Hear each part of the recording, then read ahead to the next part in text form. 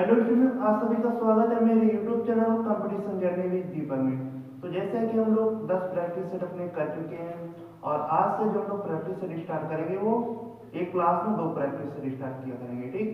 क्योंकि मेरे को 4 साल के प्रैक्टिस सेट आप लोग कराने और अगर इस तरीके से एक एक प्रैक्टिस सेट कराएंगे तो शायद जब तक ना हो पाए, ठीक है, क्योंकि और भी चीज़ें आप लोगों को करानी है। तो इसलिए आज हम लोग क्या करेंगे, जाके 2 प्रैक्टिस सेट हल करेंगे जाके। तो बात करते हैं आज के अपने पहले क्वेश्चन की। देखो पहला क्वेश्चन आज का क्या कह रहा है, आज का जो प्रैक्टिस है 22 फरवरी 2024 का सेकंड शिफ्ट का प्रैक्टिस है, ये मैं कराने जा रहा हूँ पहले। इसके बाद मैं इसी शिफ्ट का मतलब इसी डेट का तीसरा प्रैक्टिस कर रहा हूँ, मतलब तीसरी शिफ्ट का। कह रहा है कि एक व्यक्ति ने 1 रुपए में 20 लीटर की 20 की दर से कुछ पेन खरीदे और उन्हें 1 रुपए में 15 की दर से बेच लिया तो लाभ प्रतिशत। देखो हम लोग हमेशा क्या प्रॉफिट और लॉस परसेंट किसमें सीपी और एसपी पे देखते हैं जाके, ठीक।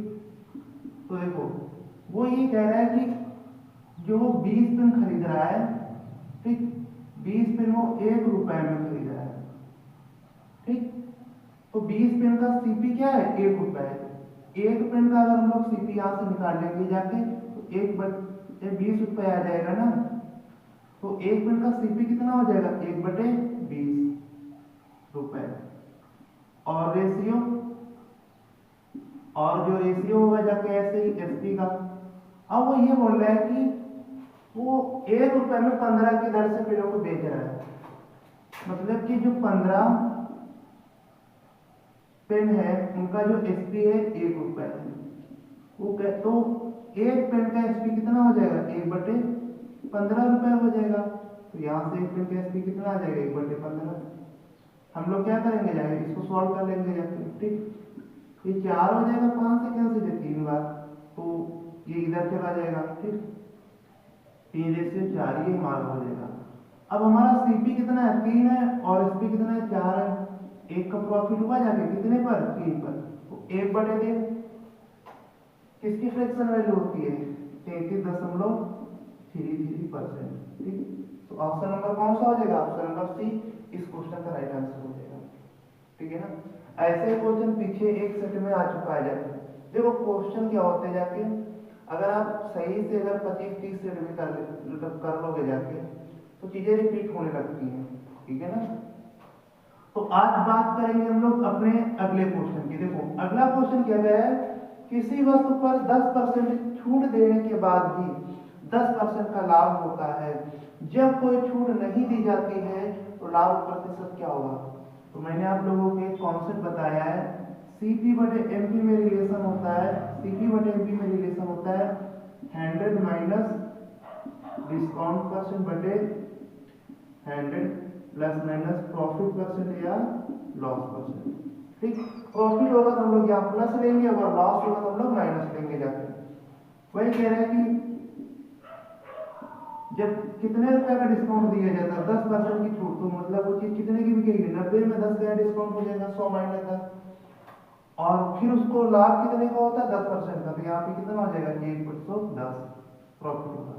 यहाँ से अगर हम लोग कैंसिल करेंगे जाके तो सीपी और एमपी का रेशियो कितना आ जाएगा, 11 आएगा,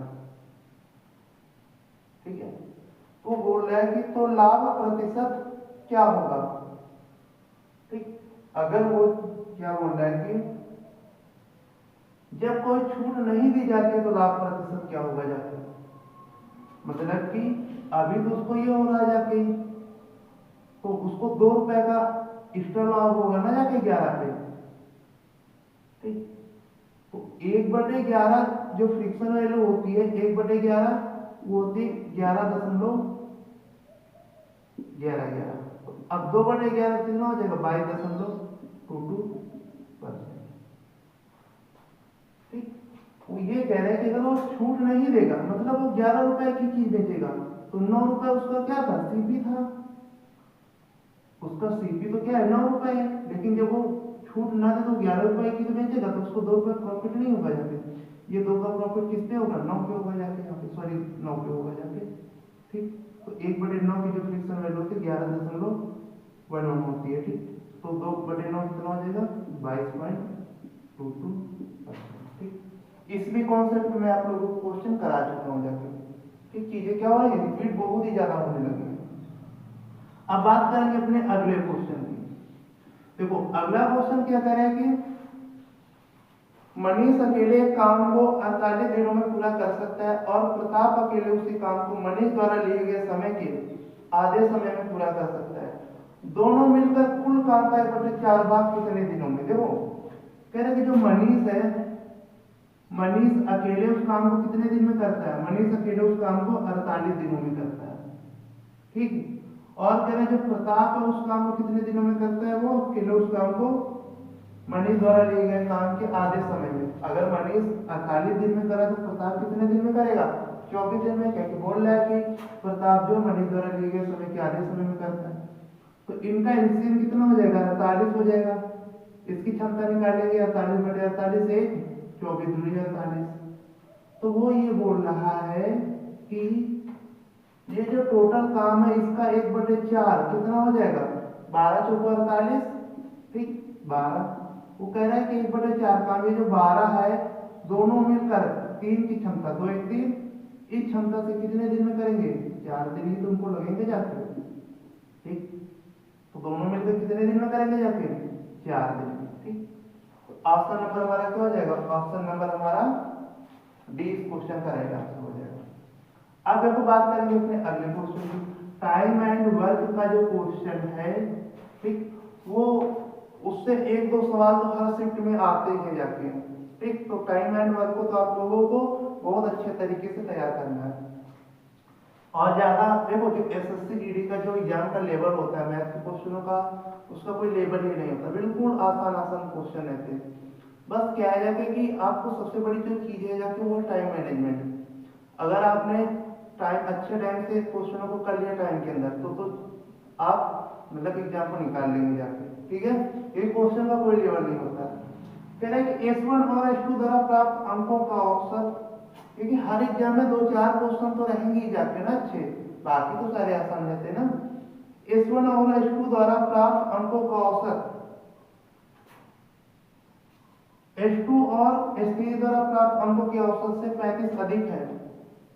यदि S3 द्वारा प्राप्त अंक 75 है तो S1 द्वारा प्राप्त अंक क्या है। देखो कह रहे हैं कि जो S1 और S2 इनका जो औसत होगा S1 + S2/2 होगा जाके। S2 और S3 द्वारा प्राप्त अंकों के औसत, इनका औसत ये तो इससे क्या है, कितना अधिक है, इससे 35 अधिक है जाके। ठीक, तो ये चीज बन जाएगी जाके। अगर हम लोग यहाँ से देखेंगे कि S2/2 माइनस S2/2 प्लस ये कैंसिल हो जाएगा, तो यहाँ से ये निकलेगा S1 - S2 बराबर 70 आ जाएगा। कैसे आएगा, 2 एलसीएम हो जाएगा, 2 का इधर मल्टीपल हो जाएगा, क्योंकि यहाँ S1 - S3 बचेगा, S2 कैंसिल हो जाएगा। अब वो ये बोल रहा है कि जो S1 है S2 है उसका मान कितना दिया है, सॉरी यहाँ पे S3 बचेगा ना, तो जो S3 का मान कितना है, 75 है, तो 75 इधर आएगा, कितना हो जाएगा जाके 70 में 75 इधर आके जुड़ जाएगा। ठीक, तो कितना हो जाएगा जाके 145 क्या हो जाएगा, S1 का मान हो जाएगा। ठीक, वो यही चीज आप लोगों से कह रहा था कि S1 द्वारा प्राप्त अंक क्या है। अब बात करेंगे अपने अगले क्वेश्चन की। अगला क्वेश्चन हमारा क्या कह रहा है, अगला क्वेश्चन ये कह रहा है कि किसी धनराशि पर 8 वर्षों के लिए 10% की वार्षिक दर से साधारण ब्याज 8000 रुपए है।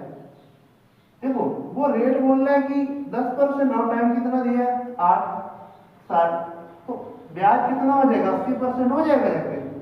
और 80% की वैल्यू उसने कितनी दी है, देखो 800 रुपए दी है। ठीक, तो उसने क्या दिया, 80% की वैल्यू कितनी दी है, 800 रुपए दी है। और वो आपसे क्या कह रहे हैं, समान धनराशि पर 3 वर्षों के लिए 10% की वार्षिक दर से चक्रवृद्धि ब्याज कितना होगा। तो 10% का जो वार्षिक रेट होती है 3 साल का जो चक्रवृद्धि ब्याज होता है वो कितना होता है, 10% की रेट से 3 साल का जो चक्रवृद्धि ब्याज होता है वो हमारा होता है 33.1%। तो वही आपसे पूछ रहा है कि 33.1% का मान। ठीक, तो आप ऐसे देखो, यहाँ से तो कैंसिल हो जाएगा, जाके 1000 आ जाएगा। देखो ये सब कैलकुलेशन नहीं करना है, मैं आपको बता रहा हूँ कि ये कैसे आती है। आप जब 8% की दर से, मतलब कि 10% की दर से 8 सालों का जब साधारण ब्याज निकाल रहे हैं तो उनको 80% होगा। ये था कि मूलधन मतलब साधारण ब्याज यहाँ ऐसे कितना 800, तो 80 8 तो कैंसिल हो जाएगा ना, मतलब यहाँ 1 बचेगा, मतलब 1000 बचेगा। और जो ये बस याद रखना है कि 10% का 3 साल का सीए क्या होता है 33.1, तो जहां भी 33.331 करके कुछ आंसर होगा या कोई हमारा क्या होगा राइट आंसर। तो अगर हम लोग ऑप्शन को देखेंगे जाके, ऑप्शन नंबर डी जो है उसी में क्या है 3310, ठीक, क्योंकि हमें 33 एक दिख गया, जाके हमने आंसर को टिक कर दिया। और इस क्वेश्चन को कुछ भी नहीं करना था, ये करना ही नहीं था, ये तो मैंने आप लोगों को बताया है, ये नहीं करना था, क्योंकि आप क्वेश्चन को देख ही रहे थे तो उसमें ये लग रहा था कि जो 10 साल का हमारा जो 10% की रेट से 8 साल का जो हमारा चक्र साधारण ब्याज होगा वो 80% होगा जाके, और वो 8000 दिया जाके वो 80 8000 को क्या करेगा कैंसिल कर देगा, मतलब एक करके उसके आगे 0 आएगा। और 3 साल का जो हमारा रेट 10% की रेट से जो ब्याज है वो हमारा 33.1 होता है। तो 33.1 मतलब कि 331 से रिलेटेड ही आंसर हमारा क्या होगा राइट आंसर होगा जाके। तो बस हमको क्या करना था, ऑप्शन नंबर डी में ही ऐसा है तो ऑप्शन नंबर डी को हमको क्या करना था राइट करना। तो बस आपको इतना करना था, ठीक। ये चीजें आप लोगों को डेवलप करनी, ये चीजें तभी डेवलप होंगी जाके बस प्रैक्टिस से, ठीक है ना। तो बात करेंगे अपने अगले क्वेश्चन की। देखो अगला क्वेश्चन क्या कह रहा है, अगला क्वेश्चन कह रहा है कि एक कक्षा के 14 छात्रों की औसत आयु 17 वर्ष है। यदि 32 वर्ष की आयु का एक नया छात्र कक्षा में शामिल होता है तो इन 15 छात्रों की औसत आयु क्या होगी। देखो कक्षा में कितने छात्र हैं, 14 छात्र हैं, ठीक। इनकी औसत आयु कितनी है, 17 साल है। तो जो इसमें एक और ऐड हो रहा है, अगर उसकी भी आयु 17 साल होती तो ये जो 15 लोग थे इनकी भी टोटल आयु कितनी हो जाती है, औसत आयु 17 वर्ष ही होती। लेकिन वो जो ये पर्सन आ रहा है, बंदा आ रहा है, ये कितने साल का है, 35 वर्ष का है, ठीक। तो ये क्या है 35 वर्ष का, कितना ज्यादा आ रहा है, 15 ज्यादा आ रहा है। तो 15 14 पहले थे एक, तो 15 लोग ज्यादा हो जाएंगे, तो एक की औसत में क्या होगी वृद्धि हो जाएगी। पहले 17 था तो अब कितना हो जाएगा 18। ये कुछ नहीं करना था, बस आप लोगों को ये देखना था कि जो 14 लोग हैं उनकी जो औसत आयु है 17 वर्ष है, और एक जो लड़का आ रहा है वो 32 वर्ष का आ रहा है। तो अगर वो 17 साल का होता तो 15 लोगों की औसत आयु 17 वर्ष ही बनती जाती बाद में। लेकिन वो क्या है 15 ज्यादा आ रहा है, अब वो 15 ज्यादा कितने पे होगा, पहले 14 थे अब एक और 15 लोगों पे, मतलब 15/15 करो, एक की वृद्धि हो जाएगी, 17 एक क्या हो जाएगा, 17 एक 18 वर्ष, 18 वर्ष क्या हो जाएगा, अब उस कक्षा का नया औसत होगा। तो ऑप्शन नंबर डी। बस इतना आप लोगों को क्वेश्चन में करना था। चीजें आपको जैसे पहले बताया वैसे ही सीखनी पड़ती हैं, ये चीजें बाद में ही आपके अंदर आएंगी जैसे। तो आप पहले चीजों को क्लियर कीजिए, उसके बाद ही इन चीजों पे आप लोग पकड़ बना सकते हैं, और एग्जाम में यही करने का तरीका होता है। ऐसे अगर आप किसी भी पेपर को मान लो मैथ के क्वेश्चन को 25 मिनट में करेंगे जाके, 20 मिनट में करेंगे जाके, ठीक, तो इन चीजों से आप लोगों को 12-13 मिनट में ही आप पेपर को मैथ कर लेंगे जाके पेपर में, ठीक है। तो अब बात करते हैं अपने अगले क्वेश्चन की। देखो अगला क्वेश्चन ये कह रहा है कि किसी धनराशि पर 5 वर्ष का साधारण ब्याज मूलधन के 20% के बराबर है, कितने वर्षों में ब्याज मूलधन के बराबर हो जाएगा।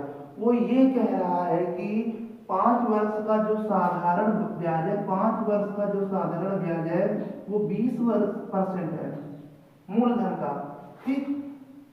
तो वो ये कह रहा है कि कितने वर्षों में ब्याज मूलधन के बराबर, तो मूलधन हमारा क्या होगा 100% होगा, तो हम लोग इसमें कितना 5 का गुणा कर देंगे जाके, यहाँ पे 100% आ जाएगा, तो 5 का इधर भी गुणा करेंगे टाइम में, तो कितने साल में हो जाएगा ऐसा 25 साल में, ठीक।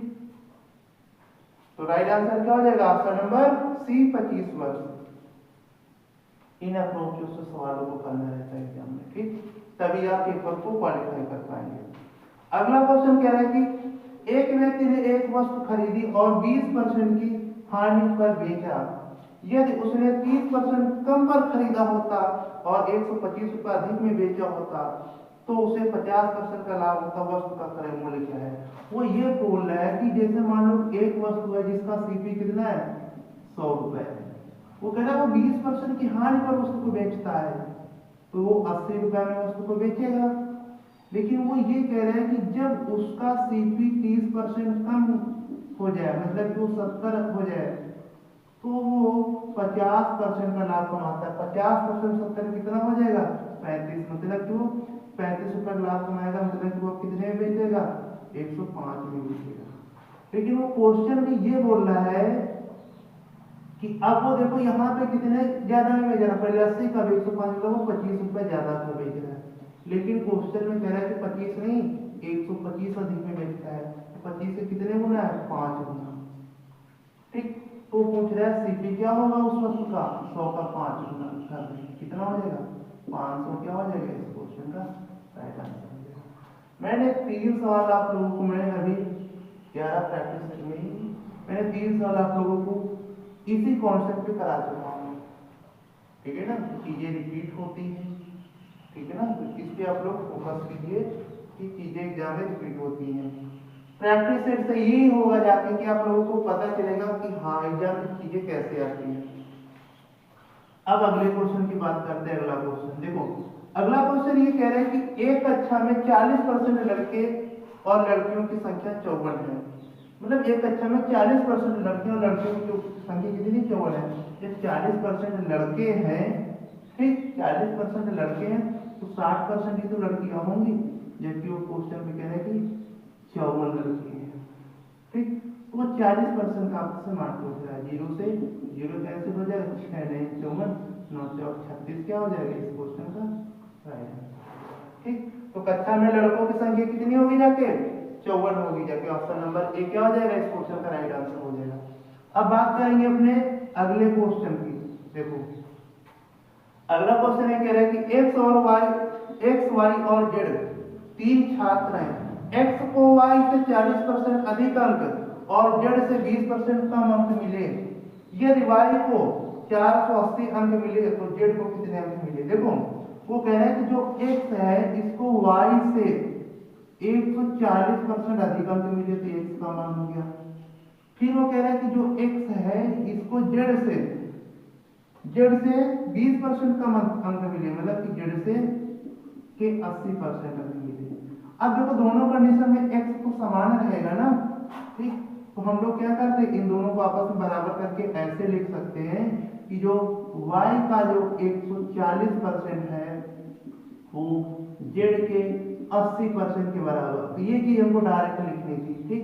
यहाँ 0 0 कट जाएगा और 4 2 चौको 8 2 7 14, ठीक। और y का मान उसने कितना दे दिया 480 गुणे 7 बराबर z बटे 4 इधर आ जाएगा तो कितना 120 12 7 84, तो z का मान कितना हो जाएगा जाके 840। वो ये कह रहा था, उसने दोनों ही कंडीशन में आप लोगों को इस x की बात की थी। तो हम लोग क्या कर सकते हैं उन चीजों को बराबर कर सकते हैं। तो ऑप्शन नंबर ए क्या हो जाएगा इस क्वेश्चन का राइट आंसर हो जाएगा।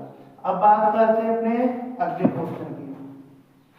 देखो अगला क्वेश्चन ये कह रहा है कि 40 सेंटीमीटर त्रिज्या वाले अर्धगोले को पिघलाकर 8 सेंटीमीटर त्रिज्या वाले कितनी गोलाकार गेंदें बनाई जा सकती है। देखो अगर जो अर्धगोले 40 सेंटीमीटर त्रिज्या वाला जो अर्धगोला है, अर्धगोले का आयतन कितना होता है 2/3 पाई आर क्यूब। और मान लिया कि n गोले बनाई जाती हैं तो गोले का आयतन कितना 4/3 पाई कैपिटल आर क्यूब।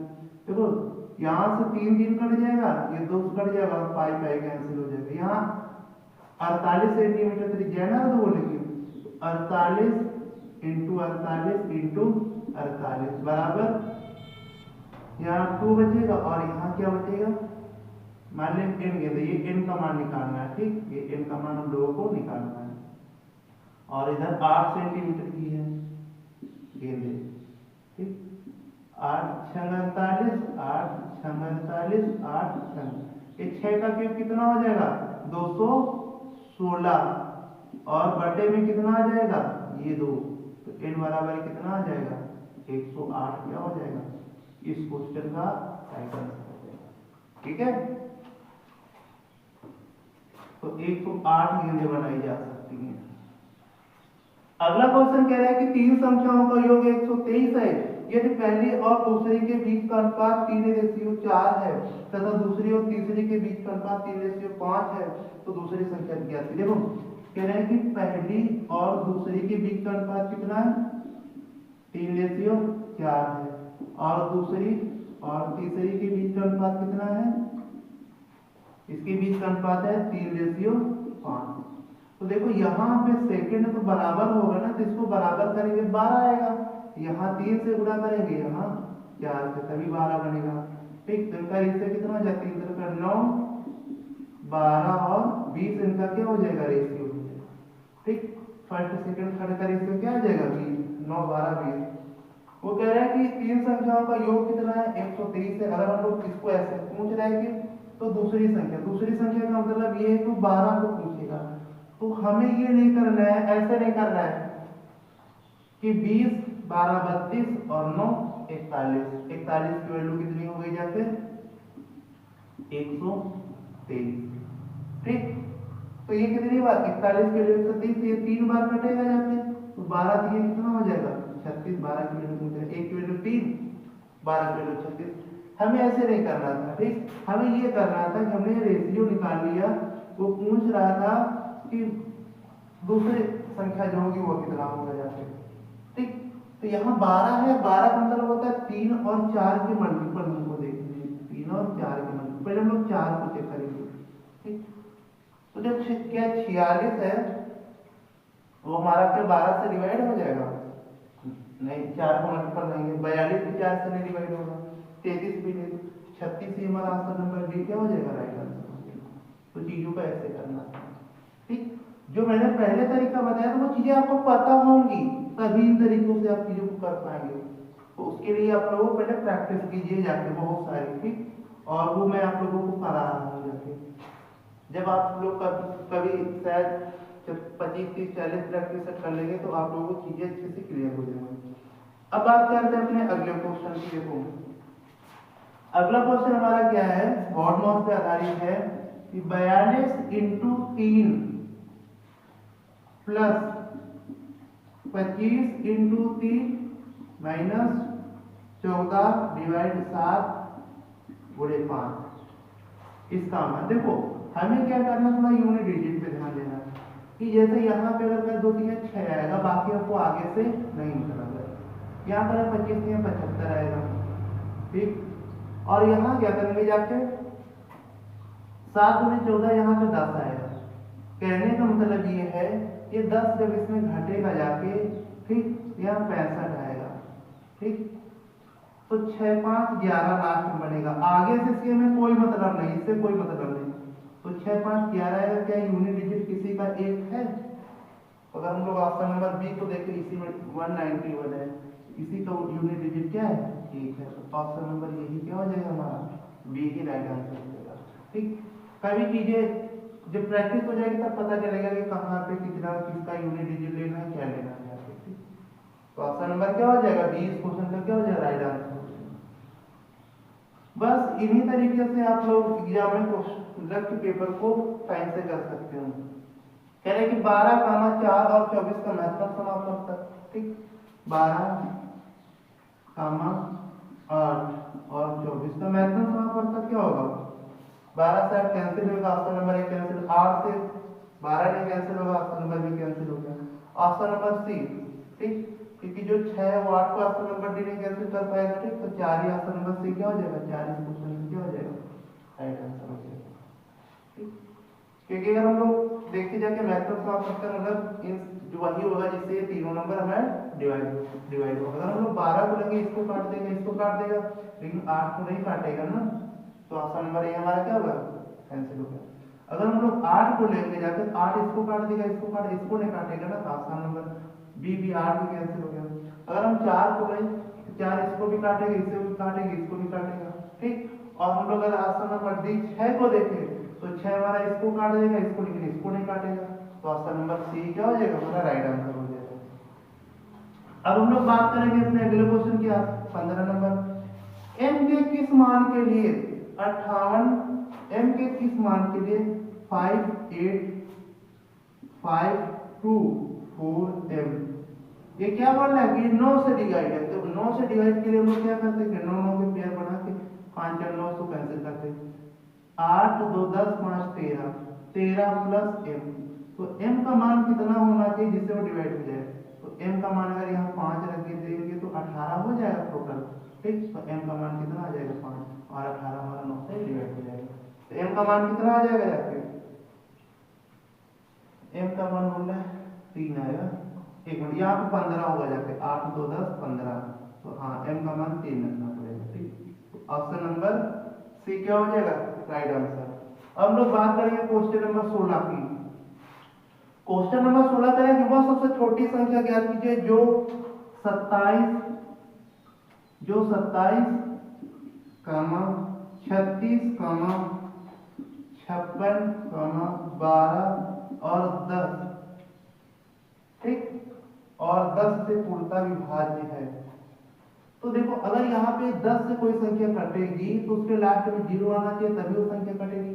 तो अगर हम लोग ऑप्शन को देखें जाके, इस क्वेश्चन में कुछ है ही नहीं, अगर कोई संख्या 10 से डिवाइड होगी जाके तो उसका लास्ट डिजिट क्या होगा, 0। तो हम लोग अगर ऑप्शन को देखें तो ऑप्शन नंबर ए ही है जिसका लास्ट डिजिट कितना है जाके 0 है, तो 7560 ही क्या हो जाएगा, इस क्वेश्चन का option number A he right answer हो जाएगा, ठीक है।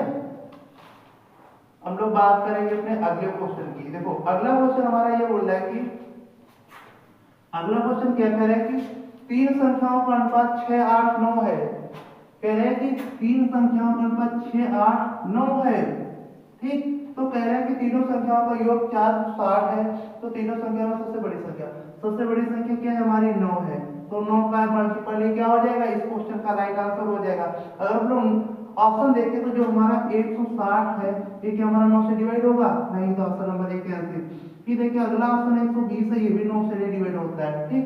अगर हम लोग अगला ऑप्शन देखें जाके 100, क्या ये 9 से डिवाइड होगा, ये भी नहीं होगा। अगला ऑप्शन देखें 180, 9 दूनी 18, तो 180 क्या होगा, 9 से डिवाइड हो जाएगा। कुछ नहीं करना है, बस आप लोगों को क्या करना जाके 9 की डिविजिबिलिटी देख लेना, जिसमें मतलब कि क्लियर बैठ रही है, ठीक। वही ऑप्शन क्या हो जाएगा, राइट आंसर। अब हम लोग बात करेंगे अपने अगले क्वेश्चन की। देखो अगला क्वेश्चन ये कह रहा है कि एक नाव एक समान गति से 54 किलोमीटर की दूरी तय करती है, यदि नाव की गति 3 किलोमीटर प्रति घंटा बढ़ा दी जाए तो उसे समान दूरी तय करने में 3 घंटे कम लगेंगे नाव की मूल गति। मैंने आप लोगों को ऐसे क्वेश्चन को करने के लिए एक सूत्र दिया था, ठीक, कि जो डिस्टेंस बराबर होता है, क्योंकि ये देखो ये भी तीसरी बार मैं सॉल्यूशन करा रहा हूँ, सिर्फ 11 प्रैक्टिस सेट में इस फार्मूले पे 3 बार क्वेश्चन आ चुका है, ठीक। डिस्टेंस बराबर होता है जो नॉर्मल स्पीड होती है सामान्य चार्ज और प्लस चार्ज में डिफरेंस बटे में चार्ज में डिफरेंस, स्पीड में डिफरेंस और इनटू टाइम में डिफरेंस। अब वो डिस्टेंस कितनी चल रहा है, 54 किलोमीटर। सामान्य स्पीड हम लोग ऐसे ही रखते हैं, सामान्य स्पीड ही पूछता है ज्यादातर। और चार्ज में डिफरेंस कितने का किया जा रहा है, 3 का, यहाँ भी 3, और टाइम में डिफरेंस कितने का किया जा रहा है, 3 घंटे का, ठीक। हम लोग यहाँ से कैंसिल करते हैं। देखो अब हम लोगों को क्या करना है जाके कि ये जो S है ऑप्शन से वैल्यू रखनी है, ठीक। क्या रखे जाके 54 मिल जाए। तो अगर हम लोग पहले ऑप्शन को देखे जाके 3 है, अगर हम लोग यहाँ 3 रखेंगे ये 6 हो जाएगा, 3 18 54 नहीं बैठेगा। अगर हम लोग यहाँ पे ऑप्शन हमारा क्या है, 3 किलोमीटर प्रति घंटा, 12 किलोमीटर प्रति घंटा, 9 किलोमीटर, 6 किलोमीटर। अगर हम लोग यहाँ पे ये जो साधारण स्पीड है यहाँ इसका मान 3 रखेंगे जाके, ठीक। इसी को तो पूछ रहा है सामान्य चाल क्या होगी, तो यहाँ 3 रखोगे 6 और 3 यहाँ 36 18, जबकि आना चाहिए 54, ठीक। अगर हम लोग यहाँ 12 रखे तो 15 हो जाएगा, 12 15 180, जबकि लाना है 61। और 9 रखे जाना 3 12 12 नहीं 100, ठीक। ये भी ऑप्शन हमारा गलत नहीं मिल रहा है, ठीक, क्योंकि हमें लाना है 54। ठीक, अगर हम लोग यहाँ पे 6 रखे, 6 और 6 9, 9 6 54 क्या हो जाएगा, ऑप्शन नंबर डी क्या हो जाएगा, इस क्वेश्चन का राइट आंसर हो जाएगा। ये फार्मूलों की याद रखना जाके, ठीक है ना, ऐसे जगह पे हम लोग ये फार्मूला लगाते हैं तो ऑप्शन बहुत आंसर बहुत जल्दी आता है। ठीक है, अब हम लोग बात करेंगे अपने अगले क्वेश्चन की। अगला क्वेश्चन हमारा क्या कह रहा है, अगला क्वेश्चन ये कह रहा है कि एक वस्तु का अंकित मूल्य और विक्रय मूल्य क्रमशः, देखो जो उसका अंकित मूल्य है वो कितना है, मार्केट प्राइस जो है वो है 7600 रुपए, ठीक, और उसका विक्रय मूल्य मतलब एसपी कितना दिया है, 6688 रुपए, ठीक। तो ये बोल रहा है कि छूट प्रतिशत क्या होगी जाके, ठीक। अगर हम लोग यहाँ पे इसको देखेंगे जाके तो कितना आ जाएगा, 912 रुपए आ रहा है इसको घटाने पे। तो ये जो 912 रुपए की छूट है वो कितने पे दी गई है जाके, मार्केट प्राइस पे 7600 पे। अब देखो ये जो मैं टेक्निक आप लोगों को बता रहा हूँ कैलकुलेशन की, कितनी बार मैंने लगाई, तो हर सेट में मैं लगाता हूँ कि 6 में कितने का गुणा किया जाए, यहाँ 12 है, ठीक, 6 में कितने का गुणा होगा जाके 12 आएगा जाके, या तो 7 का गुणा होगा, ठीक, 7 6 42 हो जाएगा, या फिर 6 दूनी 12 होगा। तो अगर हम लोग ऑप्शन को अपने देखेंगे जाके, एक है 8%, दूसरा है 12% और तीसरा है 10%, फिर चौथा क्या है 16%, ठीक। तो 8 छंग तो 48 होगा, ये ऑप्शन गलत हो जाएगा, 6 दूनी 12 ये भी ऑप्शन होगा। क्यों, क्योंकि यहाँ पे या तो 7 आएगा, 7 होना चाहिए तो यही क्या हो जाएगा, यही हमारा क्या हो जाएगा, ऑप्शन नंबर यही रहेगा आंसर। यहाँ करेंगे तो यहाँ 0 आ जाएगा, यहाँ करेंगे तो यहाँ पे 6 आ जाएगा, ठीक। तो ऑप्शन नंबर बी हमारा 12% क्या हो जाएगा राइट आंसर। आप लोग कभी काटना पिटना नहीं है जाके, ठीक, क्योंकि एसएससी जीडी के पेपर में बहुत कम टाइम होता है जाके, आपको 60 मिनट में 80 क्वेश्चन हल करने रहते हैं। तो ऐसे ही क्वेश्चन सेट किए जाते हैं कि आप कैलकुलेशन में ना फंसे, लेकिन हाँ अगर करने बैठेंगे तो आप फंस जाएंगे। तो उसीलिए आप इन स्मार्ट चीजों पे फोकस कीजिएगा जाके, ठीक। मैं ये जो चीजें करा रहा हूँ कोई एक दो क्वेश्चन पे नहीं कराता हूँ कि सर इसमें लग रहा है तो आपने लगा लिया। मैं आपको डेली हर सेट में एक दो क्वेश्चन इसी अप्रोच से ही करता हूँ जाके, और वो चीजें ही लगती ही हैं जाके, ठीक है। तो अब बात करेंगे अपने अगले क्वेश्चन, कह रहे हैं कि राकेश महेश और पुनीत मिलकर एक कुर्सी 20 मिनट में बना सकते हैं। राकेश और महेश मिलकर उसे 25 मिनट में बना सकते हैं, पुनीत को अकेले उस कुर्सी को बनाने में कितना समय लगेगा। कह रहे कि जो राकेश है, महेश है और जो पुनीत है वो एक कुर्सी को कितने मिनट में 20 मिनट बना लेते हैं। कह रहा राकेश और जो महेश है ये मिलकर उस कुर्सी को 25 मिनट बना लेते हैं, ठीक। तो इनका डिस्टेंस 100 हो जाएगा, ये तीनों मिलकर 5 मिनट बनाएंगे, ये 2 मिलकर 4 मिनट, ठीक। तो इनकी क्षमता 5 आ गई, तीनों की इनकी 4। तो राकेश और महेश की क्षमता कितनी है 4, इसका मतलब 4 रखेंगे तो पुनीत का क्या आ जाएगा 1 आ जाएगा। तो वो यही कह रहा है कि पुनीत अकेले उसको कितने मिनट बनाएगा 1 की क्षमता से, उसको कितना टाइम लग जाएगा 100 मिनट लग जाएगा। तो 100 मिनट में पुनीत उस कुर्सी को अकेले